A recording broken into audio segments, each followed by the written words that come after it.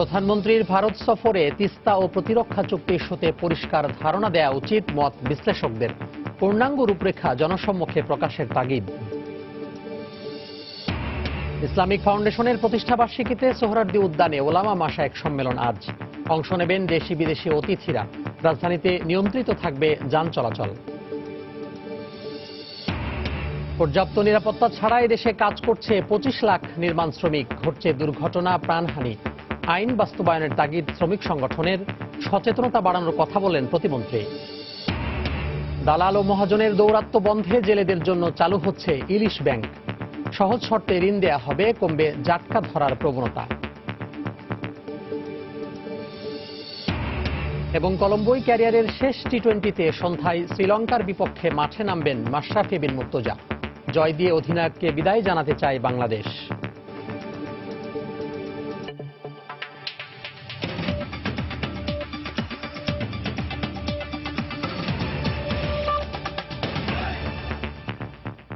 সময় সংবাদের সঙ্গে আছি আমি তোহা খান তামিম। আগামীকাল 4 দিনের সফরে ভারত যাচ্ছেন প্রধানমন্ত্রী শেখ হাসিনা। প্রধানমন্ত্রীর ভারত সফর নিয়ে উত্তেজনার রেশ এখন দেশ জুড়ে। প্রধানমন্ত্রীর এ সফরে বেশ কয়েকটি চুক্তি সই হওয়ার কথা রয়েছে। বিশ্লেষকরা বলছেন, তিস্তা আর প্রতিরক্ষা চুক্তির ইস্যুগুলো নিয়ে আরও পরিষ্কার ব্যাখ্যা দেওয়া উচিত। যে চুক্তিগুলো সই হওয়ার কথা রয়েছে তার একটি পূর্ণাঙ্গ রূপরেখা জনসম্মুখে প্রকাশ করা উচিত বলেও মনে করেন তারা। বিস্তারিত দেখুন রাশেদ রিমনের রিপোর্টে। এর আগে 2 দফা পিছিয়ে চূড়ান্ত এবার প্রধানমন্ত্রী শেখ হাসিনার ভারত সফর।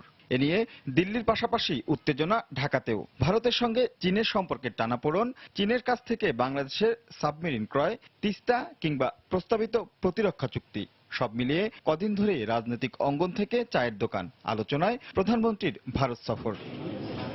এরই মধ্যে মঙ্গলবার সংবাদ সম্মেলনে পররাষ্ট্রমন্ত্রী জানান, এবারের সফরে 33টি চুক্তি ও সমঝোতা স্মারক স্বাক্ষরের সম্ভাবনা রয়েছে।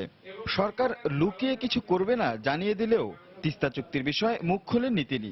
এছাড়া স্পষ্ট ব্যাখ্যা ছিল না প্রতিরক্ষা চুক্তি নিয়েও। হলেই বুঝতে পারবেন, সব তো দেখতেই পাবেন। আন্তর্জাতিক সম্পর্ক বিশ্লেষকরা বলছে, প্রতিরক্ষার মতো স্পর্শকাতর বিষয়ে কোনো চুক্তির আগে বিষয়টি সাধারণ মানুষের কাছে আরো স্পষ্ট করা দরকার। বিষয়গুলো নিয়ে সংসদে কিংবা এর বাইরে রাজনৈতিক দলগুলোর সঙ্গে মতামত নেওয়াও জরুরি। ম্যারিটাইম রিসোর্সেস গুলো বাংলাদেশের জন্য খুবই গুরুত্বপূর্ণ এবং এই ইনফ্রাস্ট্রাকচারটা যে আমরা বিল্ড করব সেটা আমরা ভারত থেকে সহযোগিতা আমরা নিতেই পারি, সেখানে আমাদের কোনো আপত্তি নেই, কিন্তু একটা স্বচ্ছতা এবং জনগণের জানার অধিকার আছে। দেশের শাসক স্বার্থ সমুন্নত রেখেই চুক্তিটা হচ্ছে, কিন্তু সেটি জানার অধিকার মানুষের আছে। গণতান্ত্রিক সরকারে স্বচ্ছতার প্রশ্নটি অনিবার্যভাবে চলে আসে। অন্তত রূপরেখাটা জানিয়ে দিলে ভালো যে আমরা এই বিষয়ে চুক্তি করতে যাচ্ছি। সরকারের পক্ষ থেকে কিছু না বলা হলেও এই সফরে বহুল প্রতীক্ষিত তিস্তা চুক্তির দৃশ্যমান অগ্রগতি হবে বলে মনে করেন তারা। মানুষ তিস্তা নিয়ে উন্মুখ হয়ে বসে আছে। এই তিস্তা যদি আমি না করতে পারি, অন্য কিছুই মানুষ গ্রহণ করতে রাজি হবে না। এটাও বুঝতে হবে, এটা পাবলিক সেন্টিমেন্টের ব্যাপার। এটিকে অবহেলা করা একটা গণতান্ত্রিক সরকারের পক্ষে উচিত নয়। যদি চুক্তি নাও হয়, আমার মনে হয় এই ব্যাপারটা ইস্যুটা নিশ্চয়ই উঠবে এবং সেটা মমতা ব্যানার্জির উপরেও একটা চাপ থাকবে। ভারতও জানবে যে এটা আমাদের যে চাওয়া। সবসময় যে আন্তর্জাতিক সম্পর্কে আপনি সব চট করে পেয়ে যান তা কিন্তু না, চলমান প্রক্রিয়াটাও কিন্তু একটা পাওয়া। 7 এপ্রিল প্রধানমন্ত্রীর নয়াদিল্লির উদ্দেশ্যে রওনা হওয়ার কথা রয়েছে। রাশেদ লিমন, সময় সংবাদ, ঢাকা। এদিকে চট্টগ্রাম বন্দর ব্যবহারের পাশাপাশি প্রস্তাবিত বে টার্মিনালের একটি অংশে বিনিয়োগের জন্য ভারতকে আহ্বান জানাতে পারে বাংলাদেশ সরকার। প্রধানমন্ত্রী শেখ হাসিনার ভারত সফরের সময় বন্দর ও বে টার্মিনালের বিষয়টি আলোচনায় আসতে পারে বলে আশা প্রকাশ করছেন বন্দর সংশ্লিষ্টরা। এ সংক্রান্ত বেশ কিছু প্রস্তাবনা বন্দর থেকে নৌপরিবহন মন্ত্রণালয়ে পাঠানো হয়েছে। বিস্তারিত জানাচ্ছেন কমল দে। ভৌগোলিক অবস্থানের কারণে এই অঞ্চলে গুরুত্বপূর্ণ দেশের প্রধান সমুদ্র বন্দর চট্টগ্রাম। ব্যবসায়িক সুবিধার্থে এই বন্দরকে ব্যবহার করতে প্রতিবেশী অনেক দেশেই আগ্রহ প্রকাশ করেছে, কিন্তু বন্দর ব্যবহারে অনুমতি দেওয়ার ক্ষেত্রে এখন পর্যন্ত চূড়ান্ত কোনো সিদ্ধান্তে পৌঁছাতে পারেনি সরকার। প্রধানমন্ত্রী শেখ হাসিনার আসন্ন ভারত সফরকে বন্দরের জন্য আশার আলো হিসেবে দেখছেন বন্দর সংশ্লিষ্টরা। চট্টগ্রাম বন্দরের কাছাকাছি যেহেতু এই দেশটা এবং ওদের অভিজ্ঞতা অনেক বেশি টার্মিনাল হ্যান্ডলিংয়ে, সুতরাং চায়নাতে আমার মনে হয় ভারতের প্রয়োজনটা আমাদের অনেক বেশি। যত বেশি আমদানি আসবে, যত বেশি রপ্তানি হবে, তত বেশি উন্নত হবে। এবং আমাদের দেশ থেকে যদি কেউ ট্রানজিট নেয়, সেই ট্রানজিটের অবশ্যই আমরা একটা মাসুল পাবো। এর মধ্যে প্রস্তাবিত বে টার্মিনালকে অন্তত 6টি অংশে ভাগ করে এর একটি অংশে ভারতকে বিনিয়োগের আহ্বান জানানো হতে পারে প্রধানমন্ত্রীর এই সফরে। টেকনো ফিজিবিলিটি স্টাডি করছে জার্মানির দুটি প্রতিষ্ঠান। মে মাসে আমরা এটা টেকনো ফিজিবিলিটি রিপোর্ট পাবো। তখন আমরা পরিকল্পনা করব যে এইটিকে কয়টি অংশে বিভক্ত করে কাদেরকে দিয়ে করানো হবে। বন্দর ব্যবহারের ক্ষেত্রে ভারতকে অনুমতি দেওয়া হলে বন্দর আর্থিকভাবে লাভবান হবে। পাশাপাশি আমদানি রপ্তানির বিশাল চাপ সামাল দিতে বন্দরের সক্ষমতা আরো বাড়ানোর তাগিদ দিলেন এই ব্যবসায়ী নেতা। যত দ্রুত তাড়াতাড়ি সম্ভব ইকুইপমেন্ট কিনতে হবে, এই নতুন নতুন কন্টেনার টার্মিনাল চালু করতে হবে এবং বন্দরকে প্রস্তুত হতে হবে যে 35,000 না 40,000 কন্টেনার হ্যান্ডলিং করতে হবে। বর্তমানে চট্টগ্রাম বন্দর বছরে গড়ে 20 থেকে 23টা কন্টেনার হ্যান্ডেলিং করছে, সে সাথে জাহাজ আসছে 1,500-এর বেশি। এক্ষেত্রে ভারতকে অনুমতি দেওয়া হলে তা দ্বিগুণ হবে বলে আশা করছেন বন্দর ব্যবহারকারীরা। কমল দে, সময় সংবাদ, চট্টগ্রাম। বাংলাদেশের প্রধানমন্ত্রী শেখ হাসিনার সম্মানে ভারতের রাষ্ট্রপতি প্রণব মুখার্জির দেওয়া নৈশ ভোজে যোগ দিচ্ছেন পশ্চিমবঙ্গের মুখ্যমন্ত্রী মমতা বন্দ্যোপাধ্যায়। বাংলাদেশ ভারতের সম্পর্কের উন্নয়নের লক্ষ্যে নৈশ ভোজে যোগ দেবেন মমতা। রাষ্ট্রপতি ভবনে শেখ হাসিনার সঙ্গে দেখা হওয়ার সম্ভাবনা রয়েছে তার। 8 এপ্রিল দুপুরে দিল্লিতে কলকাতা খুলনা কলকাতা রুটের যাত্রীবাহী বাস চলাচলের চুক্তি হওয়ার কথা রয়েছে। একই সঙ্গে মৈত্রী এক্সপ্রেস 2 এর উদ্বোধন করবেন শেখ হাসিনা ও নরেন্দ্র মোদী। এদিন মৈত্রী এক্সপ্রেসের আনুষ্ঠানিক যাত্রার সূচনা হতে পারে, মমতা সেখানে উপস্থিত থাকবেন। প্রধানমন্ত্রী শেখ হাসিনার এ সফরে তিস্তা চুক্তির ক্ষেত্রে মমতার দিকে তাকিয়ে আছে ঢাকা ও দিল্লি দুপক্ষই। ইসলামিক ফাউন্ডেশনের 42তম প্রতিষ্ঠা বার্ষিকী উপলক্ষে আজ রাজধানীর সোহরাওয়ার্দী উদ্যানে হবে ওলামা মাশায়েখ সম্মেলন। এতে প্রধানমন্ত্রী ছাড়াও পবিত্র কাবা শরীফ ও মসজিদে নববীর খতিব সহ সৌদি আরবের 6 জন আলেম অংশ নেবেন। এ উপলক্ষে সকাল 10:30 থেকে রাজধানীর শাহবাগ এলাকায় যান চলাচল বন্ধ থাকবে। এছাড়া দুপুর থেকে বিভিন্ন সড়কে যান চলাচল নিয়ন্ত্রণ করা হবে।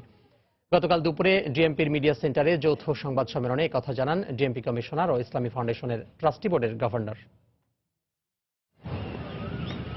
ইসলামিক ফাউন্ডেশনের 42তম প্রতিষ্ঠাবার্ষিকী উপলক্ষে আয়োজিত ওলামা মাশায়েখ সম্মেলনের জন্য প্রস্তুত সোহরাওয়ার্দী উদ্যানের পূর্ব পাশের বিশাল এলাকা।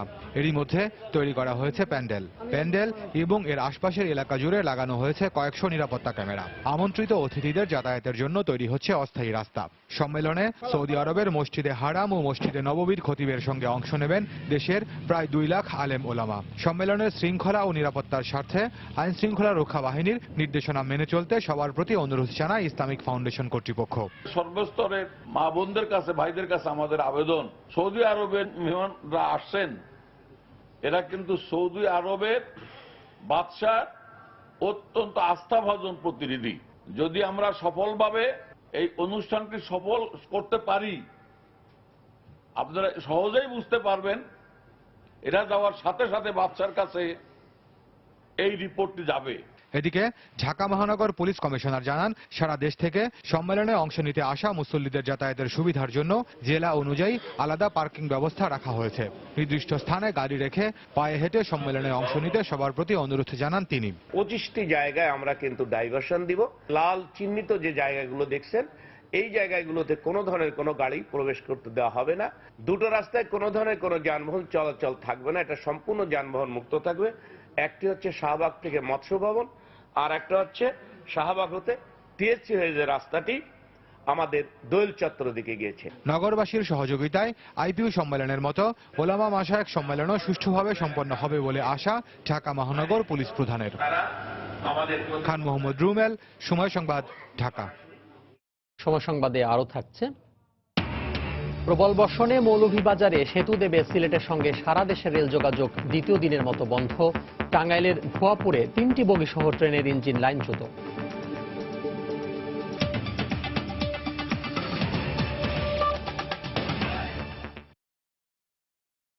পর্যাপ্ত নিরাপত্তা ব্যবস্থার অভাবে কর্মস্থলে প্রতিনিয়তই দুর্ঘটনার শিকার হচ্ছেন শ্রমিকরা।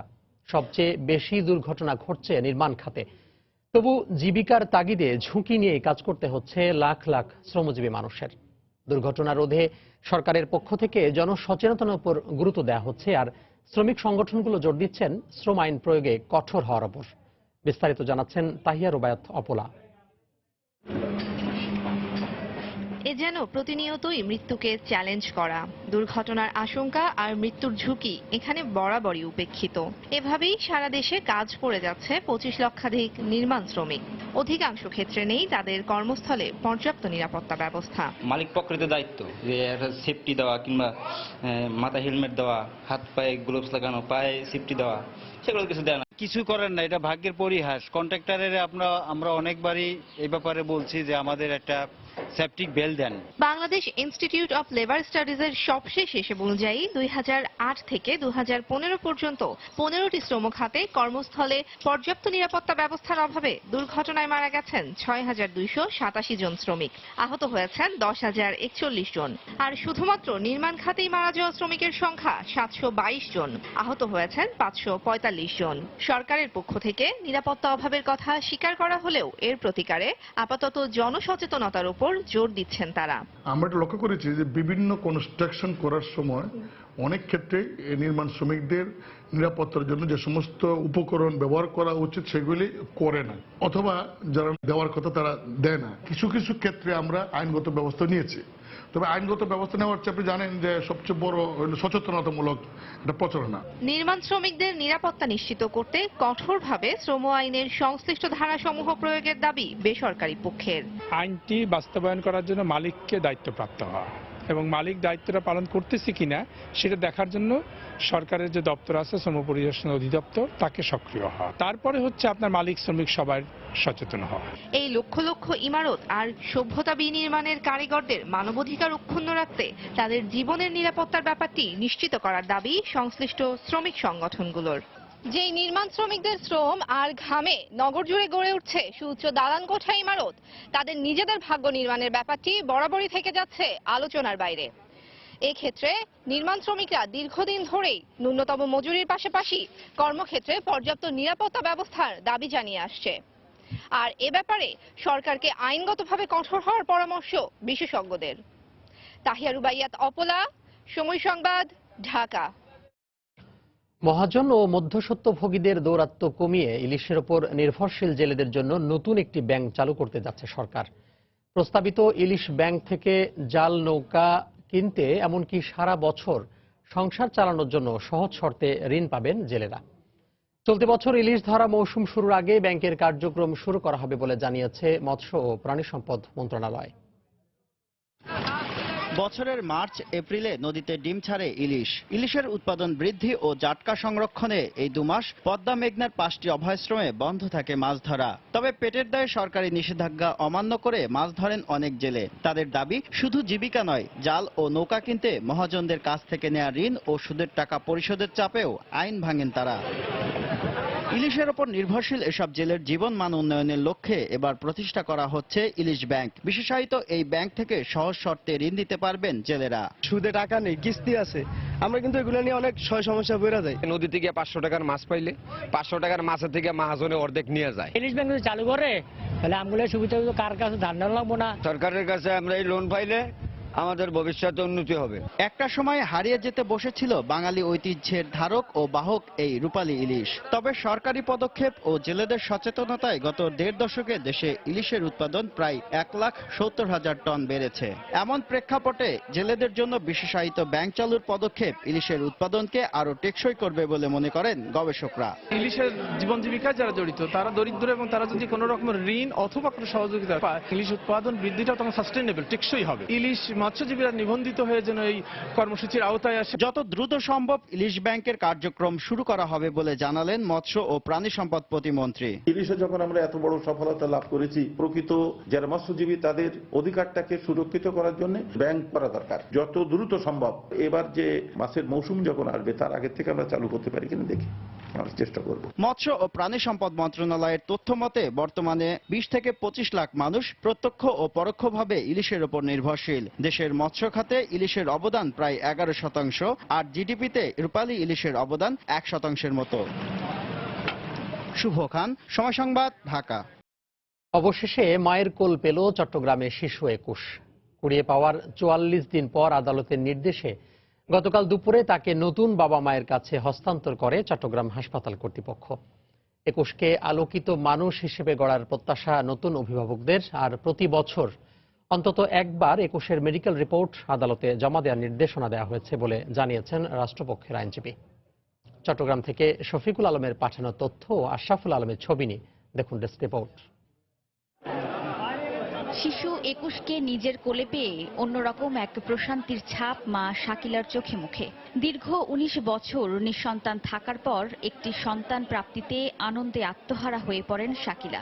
আর শিশু একুশে ফিরল পৃথিবীর শ্রেষ্ঠতম নিরাপদ আশ্রয়ে। খুবই আনন্দিত আমি, অত্যন্ত খুশি আমি। এর চেয়ে বেশি কিছু বলার ভাষা আমার নেই। একজন বাবা মা সন্তানকে যেভাবে মানুষের মতো মানুষ করে, আমি ঠিক সেভাবেই মানুষ। যেহেতু আমরা দায়িত্ব নিয়েছি, আমরা চেষ্টা করব এটা একজন সুনাগরিক হিসেবে গড়ে তোলার জন্য, দেশ ও সমাজের জন্য কাজে আসতে পারে এরকম কিছু করার জন্য আমাদের সর্বদা সচেষ্ট থাকব। এর আগে অতিরিক্ত মহানগর দায়রা জজ আদালতের বিচারক জান্নাতুল ফেরদৌসের আদালতে ১০ লাখ টাকার শিক্ষা বীমার প্রমাণপত্র জমা দেন জাকির শাকিলা দম্পতি। কাগজপত্র যাচাই শেষে শিশুটিকে তাদের কাছে হস্তান্তরের নির্দেশ দেন বিচারক। পরে নতুন মায়ের কোলে একুশকে তুলে দেন চট্টগ্রাম মেডিকেল কলেজ হাসপাতাল কর্তৃপক্ষ। বিজ্ঞ আদালত আদেশে বলছে প্রতি বছর জানুয়ারি মাসে প্রথম সপ্তাহে বিজ্ঞ আদালতে একবার নিয়ে এসে তার শারীরিক অবস্থা জানাতে হবে। দিনটা আমাদের আয়নার প্রকোষ্ঠের মধ্যে বড় হচ্ছিল। বাচ্চাটা আসলে বাইরের আলো বাতাসের সংস্পর্শে আজকেই প্রথম আসছে। বিজ্ঞ আদালতের মাধ্যমে বাচ্চাটাকে একজন আইনগত অভিভাবকের কাছে হস্তান্তর করতে পেরে আমরা খুবই খুশি। আমরা একটা নবজাতক নিয়ে কাজ করেছি, এটা হচ্ছে মানবিক মূল্যবোধ থেকে সম্মিলিত প্রচেষ্টার মাধ্যমে কিন্তু বাচ্চাটা এখন একটা ঠিকানা খুঁজে পেয়েছে, এটা আমাদের সন্তোষ। গত ২১শে ফেব্রুয়ারি নগরীর কর্নেলহাট এলাকার একটি নর্দমা থেকে শিশু একুশকে উদ্ধার করেন স্থানীয়রা। এরপর থেকে শিশুটি চট্টগ্রাম মেডিকেল কলেজ হাসপাতালের নবজাতক ওয়ার্ডে চিকিৎসাধীন রাখা হয়। একুশকে দত্তক নিতে আদালতে আবেদন করেন ১৬ নিঃসন্তান দম্পতি। দফায় দফায় শুনানি শেষে গত ২৯ মার্চ চট্টগ্রাম মেডিকেল কলেজের চিকিৎসক জাকির ইসলাম দম্পতিকে দত্তক নেয়ার অনুমতি দেন আদালত। সময় সংবাদ, চট্টগ্রাম। সময় সংবাদে আরো থাকছে, ২ সপ্তাহ ধরে অভিভাবকহীন রাজশাহী বিশ্ববিদ্যালয়, মেয়াদ শেষ হওয়ায় নেই ভিসি প্রভিসি, প্রশাসনিক কার্যক্রম ব্যাহত।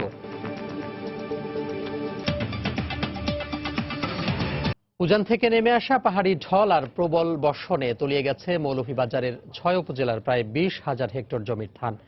এতে স্বপ্নের ফসল ঘরে তুলতে না পারায় বিপাকে পড়েছেন কৃষক। মৌলভীবাজার থেকে শাহ অলিদুর রহমানের পাঠানো তথ্য ও ছবি নিয়ে ডেস্ক রিপোর্ট। গত কয়েকদিনের টানা বৃষ্টি আর উজানের পাহাড়ি ঢলে মৌলভীবাজারের কাওয়াদিঘি হাওর, হাইল হাওর ও হাকালুকি হাওরে পানি বেড়েছে। এতে মৌলভীবাজার সদরের একাংশ, রাজনগর, কুলাউড়া, বড়লেখা, জুরি ও শ্রীমঙ্গল উপজেলার প্রায় ২০,০০০ হেক্টর জমির ধান পানির নিচে তলিয়ে গেছে। আগরবারও খাইছে, এবারও খাইছে পানি, কোনো জোগাড়া যায় না। ও সাইতে আছে ৫০০ জায়গা এখানে আমার তোমার নিচে গিয়ে আমার তো ফার্ম হাউস না চলার কারণে ওইটা হয়েছে, কারেন্ট না থাকার কারণে ওটা হয়েছে, আর অতিবৃষ্টির কারণে সবাই পানি নিচে গেছে গিয়ে আমরা একটাও ক্ষেত্র ধান বাড়ির মধ্যে তুলতে পারতাম না, সবাই পানি পচে এনে গিয়া। বিদ্যুতের অভাবে পানি নিষ্কাশন পাম্পগুলো সময় মতো চালানো যাচ্ছে না বলে স্বীকার করলেন পানি উন্নয়ন বোর্ডের নির্বাহী প্রকৌশলী। আমরা বিদ্যুৎ উন্নয়ন বোর্ডে চিঠি দিচ্ছি, তো সেই চিঠি মোতাবেক আমরা বিদ্যুৎ পাচ্ছিও, তারপরেও মাঝে মাঝে দেখা যাচ্ছে ২-৪ ঘন্টা করে বিদ্যুৎ থাকতেছে না। আমাদের এই পাম্পগুলো ছাড়াও আর একটা নতুন পাম্প হাউস বসানোর জন্য পরিকল্পনা আছে, এবং সেই নতুন পাম্প হাউস বসাইলে হয়তো বা এটা কিছু লাঘব হইতে পারে। আমরা ক্ষতিগ্রস্ত চাষিদের তালিকা প্রণয়ন করতে পারি এবং সরকারের কাছে এটা তাদের কিভাবে পুনর্বাসিত করা যায় সেভাবে আমাদের সুপারিশ থাকবে। চলতি বোরো মৌসুমে মৌলভীবাজারে ৫৩,৪২৬ হেক্টর জমিতে চাষাবাদ হয়েছে। সময় সংবাদ, মৌলভীবাজার। এদিকে মৌলভীবাজারে প্রবল বর্ষণ ও পাহাড়ি ঢলে একটি রেল সেতু দেবে যাওয়ায় এখনও সিলেটের সঙ্গে সারা দেশের রেল যোগাযোগ বন্ধ রয়েছে। গতকাল বিকেলে শ্রীমঙ্গলের সাতগাঁও এলাকায় এ ঘটনা হয়। রেলওয়ে কর্তৃপক্ষ জানায় বেশ কিছুদিন ধরে সাতগাঁও এলাকার মাহিষমারা রেলওয়ে সেতুর মেরামত কাজ চলছিল। বিকেলে টানা বৃষ্টি ও পাহাড়ি ঢলে ব্রিজের অস্থায়ী ৩টি গার্ডারের নিচের মাটি সরে দেবে যায়। দুর্ঘটনা এড়াতে রেল চলাচল বন্ধ রাখা হয়। এতে চট্টগ্রাম থেকে সিলেটমুখী কুশিয়ারা এক্সপ্রেস রশিদপুর স্টেশনে এবং সিলেট থেকে ছেড়ে আসা পাহাড়িকা ট্রেন ভানুগাছ ও শ্রীমঙ্গল স্টেশনে আটকা পড়ে। টাঙ্গাইলের ভুয়াপুরে লালমনিরহাট এক্সপ্রেস ট্রেনের ইঞ্জিন ও 3টি বগি লাইনচ্যুত হয়েছে। ঢাকার সঙ্গে উত্তরাঞ্চলের সকল রুটে রেল যোগাযোগ বন্ধ রয়েছে। এতে বিপাকে পড়েছেন যাত্রীরা। রেলওয়ে কর্তৃপক্ষ জানায়, গত রাত 3টার দিকে পাথাইলকান্দি এলাকায় লালমনিরহাটগামী লালমনিরহাট এক্সপ্রেস ট্রেনের ইঞ্জিন ও 3টি বগি লাইনচ্যুত হয়। এতে ঢাকা, রাজশাহী, ঢাকা, রংপুর ও ঢাকা ঈশ্বরদী সহ উত্তরাঞ্চলের সকল রুটে রেল যোগাযোগ বন্ধ হয়ে যায়। এই ঘটনার 6.5 ঘন্টা পর ঢাকা থেকে আসা রিলিফ ট্রেন সকালে 9:30টার দিকে উদ্ধার কাজ শুরু করে। তবে চরম বিপাকে পড়েছেন দুর্ঘটনা কবলিত ট্রেনের যাত্রীরা। আমার ছেলে আছে সঙ্গে, আমার ওয়াইফ আছে সঙ্গে। ছেলে এখানে খাবার দাবারের তেমন ব্যবস্থা নেই, যোগাযোগের কোনো ব্যবস্থা নেই। আমরা কিভাবে যাব, যাই কিভাবে? এই মাঝের পথে এখন কি করি আমরা? অ্যাক্সিডেন্ট ঘটে, তাতে ইঞ্জিন সমস্তটা 4টে চাকা পড়ে, ইঞ্জিন পড়ছে, 2টা কোচ পড়ছে, আর একটা কোচের 4 চাকা পড়ছে। তো ঢাকার থেকে রিলিফ ট্রেন অলরেডি কল করা হয়েছে, রিলিফ ট্রেন চলে আসছে। চলে আসার পরে রিলিফ ট্রেন উদ্ধার কার্য শুরু হয়েছে। গাজীপুরের শ্রীপুরে স্থানীয় 2 আওয়ামী লীগ নেতার মুক্তির দাবিতে সড়ক অবরোধ করে বিক্ষোভ করেছে এলাকাবাসী। এতে ঢাকা ময়মনসিংহ মহাসড়কে প্রায় 4 ঘন্টা যানবাহন চলাচল বন্ধ ছিল।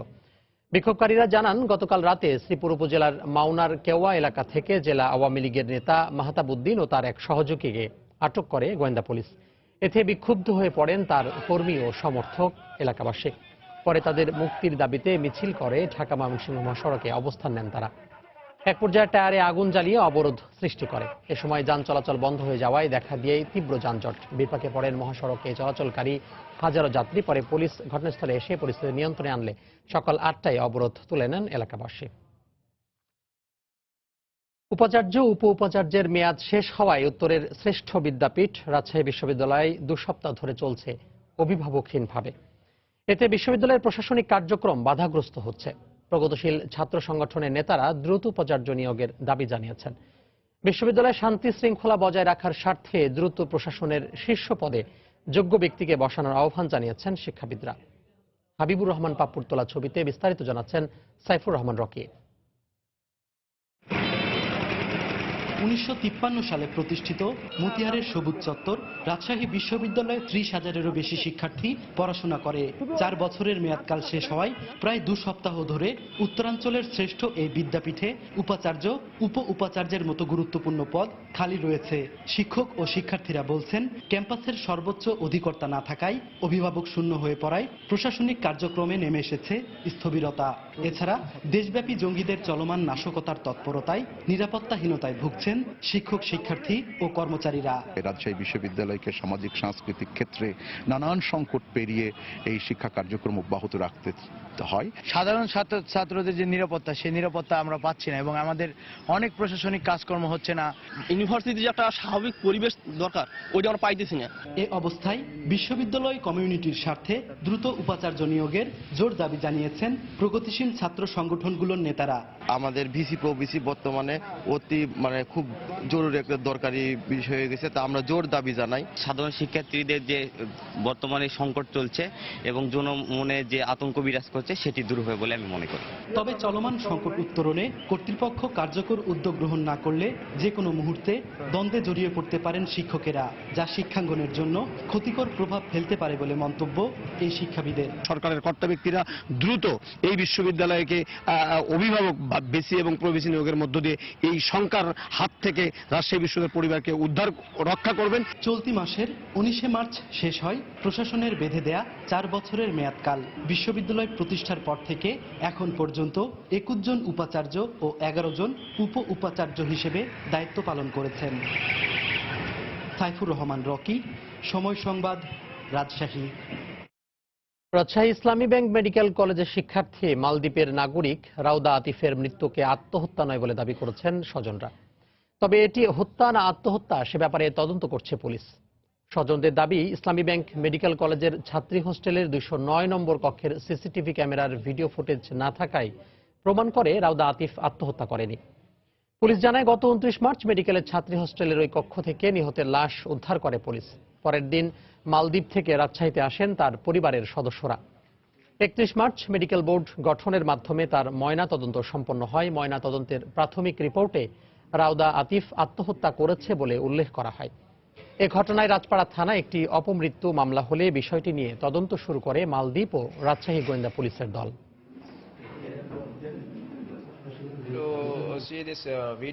মেডিকেল কলেজের ছাত্রী হোস্টেলের অন্যান্য কক্ষের সিসিটিভির ভিডিও ফুটেজ থাকলেও ঘটনার দিনের 209 নম্বর কক্ষের সিসিটিভির ক্যামেরার ভিডিও ফুটেজ না থাকাই প্রমাণ করে রাউদা আতিফ আত্মহত্যা করেনি। পয়লা বৈশাখকে সামনে রেখে বেড়েছে জামদানির চাহিদা, তাই ব্যস্ত সময় পার করছেন নারায়ণগঞ্জের রূপগঞ্জের জামদানি পল্লীর তাঁতিরা। চলছে নানা রং আর নতুন ডিজাইনের শাড়ি তৈরির কাজ। এবারের বৈশাখে গত বছরের তুলনায় বেচাকেনা দ্বিগুণ ছাড়িয়ে যাবে বলে আশা করছেন পাইকারি বিক্রেতারা। সৈকত আলী সৈকতের পাঠানো তথ্য ও আব্দুল্লাহ আল মামুনের ছবি নিয়ে ডেস্ক রিপোর্ট। 4 শতাধিক তাঁত কারখানা নিয়ে গড়ে উঠেছে নারায়ণগঞ্জের রূপগঞ্জ উপজেলার জামদানি পল্লী। প্রায় 2000 তাঁতির স্পর্শে নানা রঙের বুননে চলছে পহেলা বৈশাখের শাড়ি বানানোর কাজ। বাঙালির বিশেষ এই দিনটিকে সামনে রেখে বেড়েছে জামদানি শাড়ির চাহিদা, তাই সকাল থেকে গভীর রাত পর্যন্ত শাড়ি বুননে ব্যস্ত সময় পার করছেন তাঁতিরা। দৈনিক সকাল 6টা রাতের 8টা 9টা 10টা তৈরি করা লাগে পয়লা বৈশাখের উপলক্ষে। বৈশাখ উপলক্ষে অনেকই কাজের চাপ, তবে কাজের চাপ বাড়লেও সে অনুযায়ী ন্যায্য মজুরি পাচ্ছেন না বলে অভিযোগ তাঁতিদের। স্বল্প আয়ে পরিবার নিয়ে সংসার চালাতে হিমশিম খেতে হচ্ছে তাদের। একটা সুতা দিয়ে কাজ করে সারা সপ্তাহে বেতন আসে মাত্র 12 থেকে 1300। 15 দিন আছে, 1 মাসেরও আছে। 1 মাসের শাড়ি যেমন ধরেন 30-35 হাজার টাকা দাম আছে, যেমন এর অর্ধেক আমরা পাই। পাইকারি বিক্রেতারা বলছেন এবছর উৎসবের সাথে তাল মিলিয়ে নানা রং আর ডিজাইনের জামদানি শাড়ি বুনন হচ্ছে। শাড়ির পাশাপাশি তৈরি করা হচ্ছে জামদানি কাপড়ের জামা ও পাঞ্জাবি। নতুন নতুন অর্ডারও আসছে, নতুন ডিজাইনের কাজ হচ্ছে।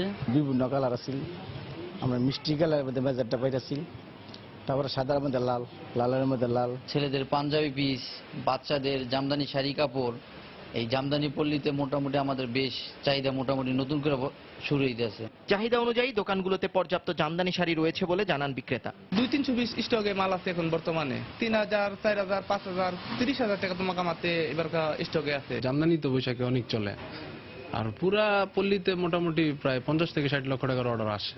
পহেলা বৈশাখ উপলক্ষে রূপগঞ্জের জামদানি পল্লীতে এবার বেচাকেনা 2 কোটি টাকার লক্ষ্যমাত্রা ছাড়িয়ে যাবে বলে আশা করছেন বিক্রেতারা। সময় সংবাদ, নারায়ণগঞ্জ। অনুন্নত যোগাযোগ ব্যবস্থার কারণে পর্যটক আকর্ষণে ব্যর্থ হচ্ছে অপার সৌন্দর্যের দ্বীপ ভোলার চর কুকরিমুকরি। যানবাহনের অভাবে ম্যানগ্রোভ বাগান অথবা সমুদ্র বিচের সৌন্দর্য উপভোগ করতে পারেন না ঘুরতে আসা প্রকৃতিপ্রেমীরা। নেই প্রয়োজনীয় আবাসন ও খাবার ব্যবস্থাও। বন ও পরিবেশ উপমন্ত্রী জানালেন, এটিকে আন্তর্জাতিক মানের পর্যটন কেন্দ্র হিসেবে গড়ে তোলার কাজ চলছে।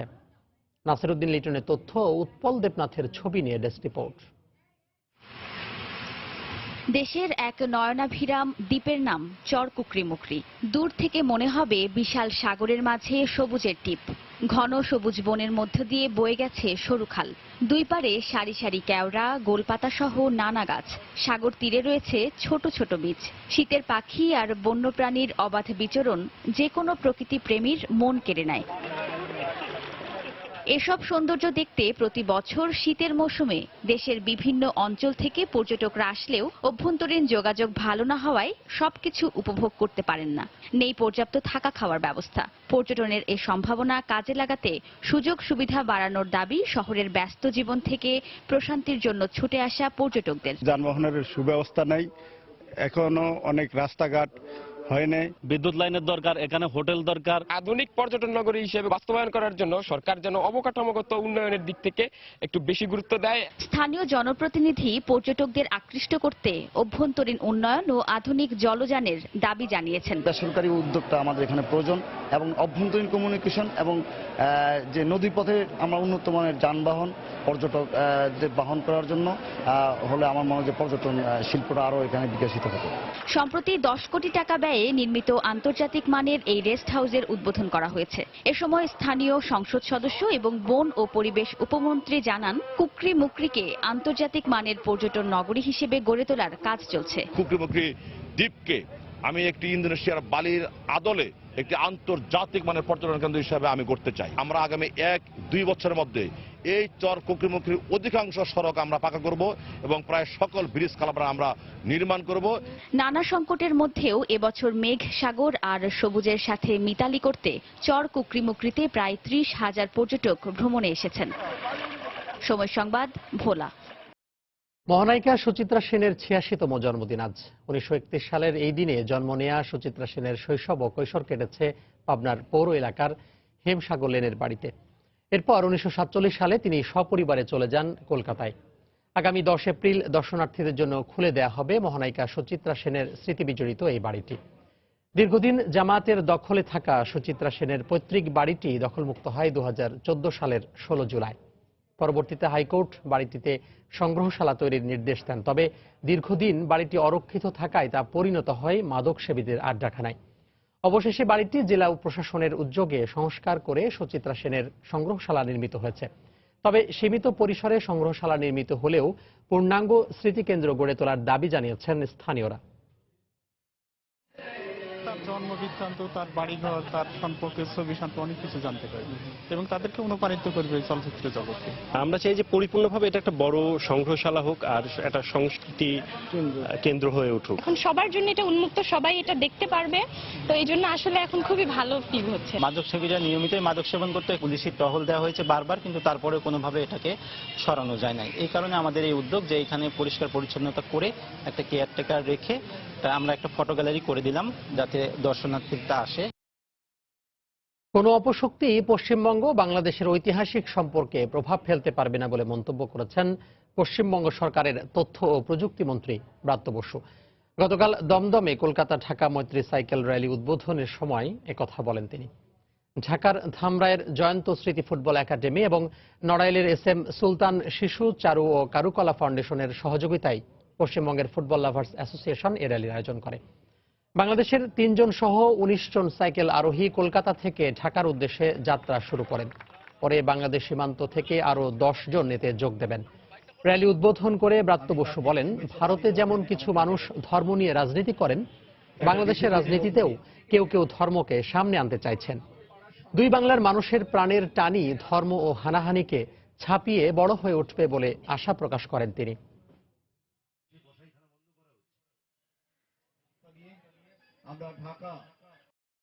যেভাবে এই সাইকেল র্যালিটা আজকে আমাদের দমদম থেকে উদযাপন করা হলো, উদ্যোগ নেওয়া হলো এবং এর পেছনে আমাদের সরকার মাননীয় মুখ্যমন্ত্রীর প্রত্যক্ষ সহযোগিতা আছে, আশীর্বাদ আছে এবং দুই বাংলার মেলবন্ধন, দুই বাংলার মৈত্রী, দুই বাংলার সম্প্রীতি এই সাইকেল র্যালির মাধ্যমে আরো বেশি দৃঢ়, আরো মজবুত, আরো জোরালো। এর মধ্যে দিয়ে আমাদের এই সম্প্রীতি, এই যাত্রাটার নাম আমরা রেখেছি সম্প্রীতি যাত্রা। আপনারা দেখবেন যাতে করে আমাদের একে অপরের বিনিময়টা হোক।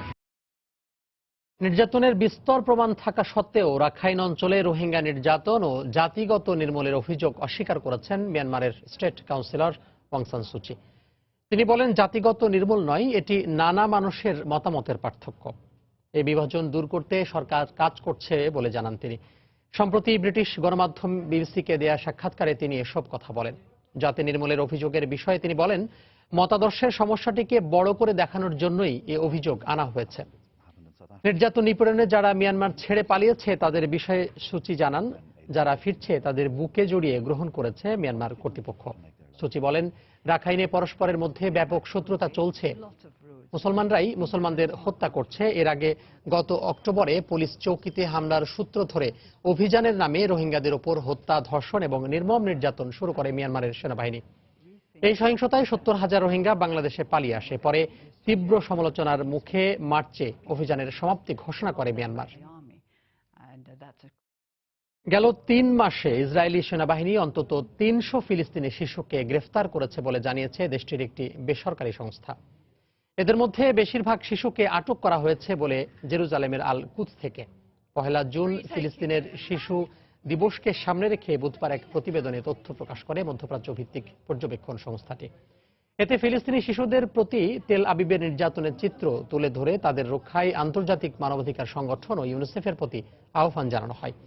সংস্থাটির হিসাব অনুযায়ী ইসরায়েলের জেলে ৭,০০০-এর বেশি ফিলিস্তিনি আটক রয়েছে, যার মধ্যে কয়েকশো শিশু রয়েছে।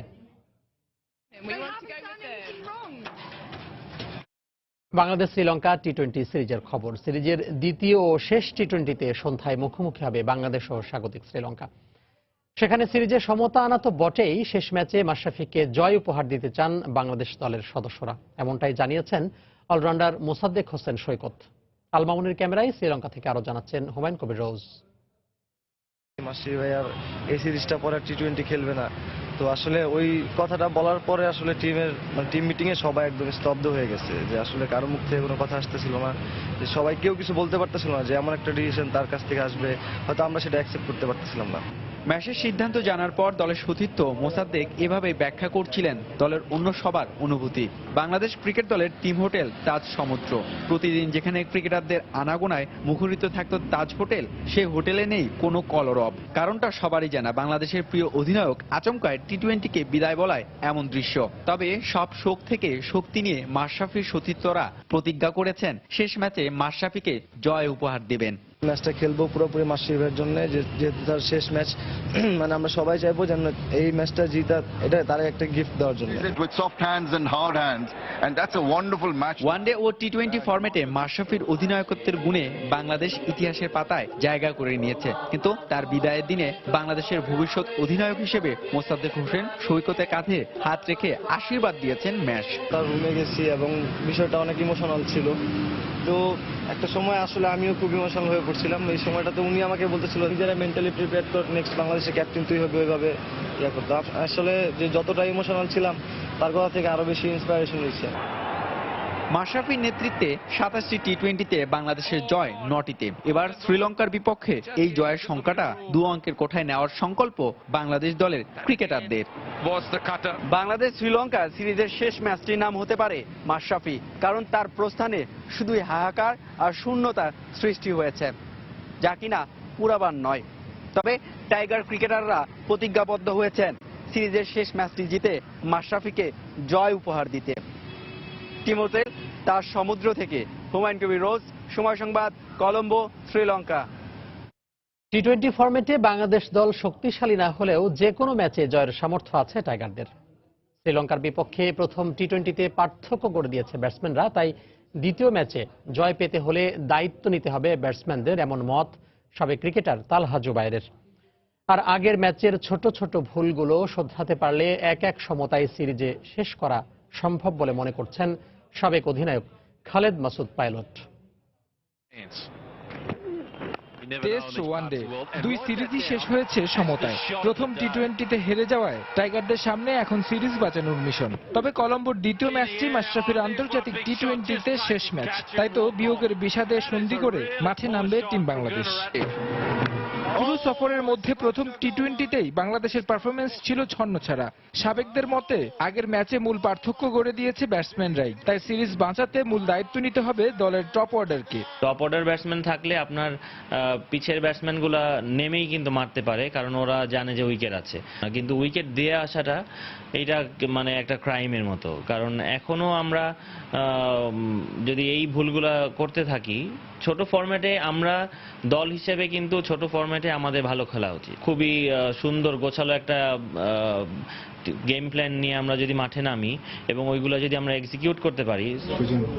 সাম্প্রতিক সময়ে ভালো ক্রিকেট খেললেও ছোট ছোট কিছু ভুলের কারণে জয় বঞ্চিত হতে হয়েছে টাইগারদের। তাই প্রথম টি-20র ভুলগুলো শুধরানোর সঙ্গে টিম কম্বিনেশনেও পরিবর্তন আনার পরামর্শ সাবেক অধিনায়ক খালেদ মাসুদ পাইলটের। তো ছোট ছোট এই ভুলগুলা বড় ভুলের সৃষ্টি তৈরি করে, তখন হয় কি ম্যাচটা হারার সম্ভাবনা থাকে বেশি। সিলেকশনের ক্ষেত্রে আমি আশা করি যে আমার কাছে মনে হয়েছে যে একটু ভালো হতে পারতো। যেমন ধরেন আমরা 4টা সিমার নিয়ে খেলছি, তো দুটোই ওপেনার ব্যাটসম্যান, কিন্তু শ্রীলঙ্কা টিমের দুটোই হচ্ছে বাঁহাতি ব্যাটসম্যান। সেখানে কিন্তু আমার মনে হয় যে মেহেদীকে আমরা একটা ট্রাম্প কার্ড হিসেবে ইউজ করতে হতো না, যেটা কিন্তু আমরা ফল মাহমুদুল্লাহকে দিয়ে পেয়েছি। মাহমুদুল্লাহ ফার্স্ট ওভারে 2 রান দিয়েছে এবং মাহমুদুল্লাহকে আমরা বোলিংও করালাম না ঠিক মতো। গেল টি-20 বিশ্বকাপের পর থেকে এই ফরম্যাটে জয়ের দেখা পায়নি সাকিব মুস্তাফিজরা। সাবেকদের প্রত্যাশা শ্রীলঙ্কার বিপক্ষে শেষ টি-20র মধ্য দিয়ে জয়ের ধারায় ফেরার সঙ্গে কিংবদন্তি মাশরাফির বিদায়টাও হবে জয়ী বেশে। তারেক হাসান শিমুল, সময় সংবাদ, ঢাকা। এই পর্যায়ে শীর্ষ সংবাদগুলো জানিয়ে দিচ্ছি আরো একবার। প্রধানমন্ত্রীর ভারত সফরে তিস্তা ও প্রতিরক্ষা চুক্তি ইস্যুতে পরিষ্কার ধারণা দেওয়া উচিত মত বিশ্লেষকদের। পূর্ণাঙ্গ রূপরেখা জনসম্মুখে প্রকাশের তাগিদ। ইসলামিক ফাউন্ডেশনের প্রতিষ্ঠাবার্ষিকীতে সোহরাওয়ার্দী উদ্যানে ওলামা মাশায়েখ সম্মেলন আজ। অংশ নেবেন দেশি বিদেশি অতিথিরা। রাজধানীতে নিয়ন্ত্রিত থাকবে যান চলাচল। পর্যাপ্ত নিরাপত্তা ছাড়াই দেশে কাজ করছে 25 লাখ নির্মাণ শ্রমিক, ঘটছে দুর্ঘটনা, প্রাণহানি। আইন বাস্তবায়নের তাগিদ শ্রমিক সংগঠনের সচেতনতা বাড়ানোর কথা বললেন প্রতিমন্ত্রী। দালাল ও মহাজনের দৌরাত্ম্য বন্ধে জেলেদের জন্য চালু হচ্ছে ইলিশ ব্যাংক।